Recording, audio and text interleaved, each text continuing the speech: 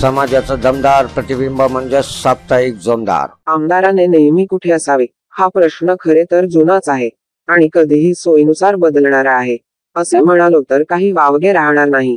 यापुढे जाऊन मी म्हणेन की फक्त पगारावर म्हणजे कोणतेही अतिरिक्त कमिशन टक्केवारी न घेता काम करणारे आमदार आज किती असतील?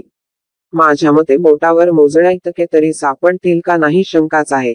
खरे तर आमदारांनी सर्व बाजूंचा सर्व मतदारांचा विचार करणे, मग तो श्रीमंत असो की गरीब असो, हे अपेक्षित आहे। पण प्रत्यक्षात आमदाराच्या जवळचा माणूस किंवा त्यांच्या पक्षाचा पदाधिकारी, त्यांच्या जवळची माणसे यांनाच आमदार विचारतो, भेटतो। श्रीमंतांसाठी तर तो 24 तास अवेलेबल असतो। मित्रमैत्रिणींनो, आपले काय मत आहे ते आपल्यावर सोडतो। पुण्यात एक अपघात होतो, ज्याची चर्चा मग सर्वत्र सुरू होते।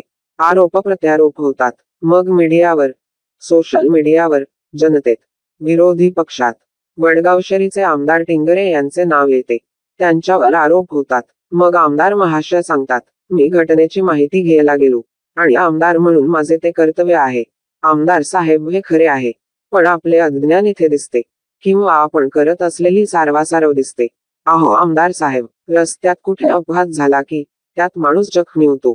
देवेंद्र फडणवीस साहेबांना सारखे आपण माणसाला कुत्र समजत नसाल तर सर्वप्रथम जनता किंवा पोलीस ड्रायव्हर आणि समोरच्या माणसाला दवाखान्यात नेतात, कारण दोघांवरही आघात झालेला असतो। मग पुढची पावले उचलली जातात, कारवाया केल्या जातात। म्हणजे आमदाराने दवाखान्यात पहिले जायला पाहिजे, पण इथे पोलीस ठाण्यात टिंगरेने जाणे संशय निर्माण करणारेच आहे। मित्रांनो, अजून आपण आमचे चॅनल सबस्क्राईब केले नसेल तर विनंती आहे लगेच करा। सोबतच व्हिडिओला लाईक, शेअर देखील नक्की करा।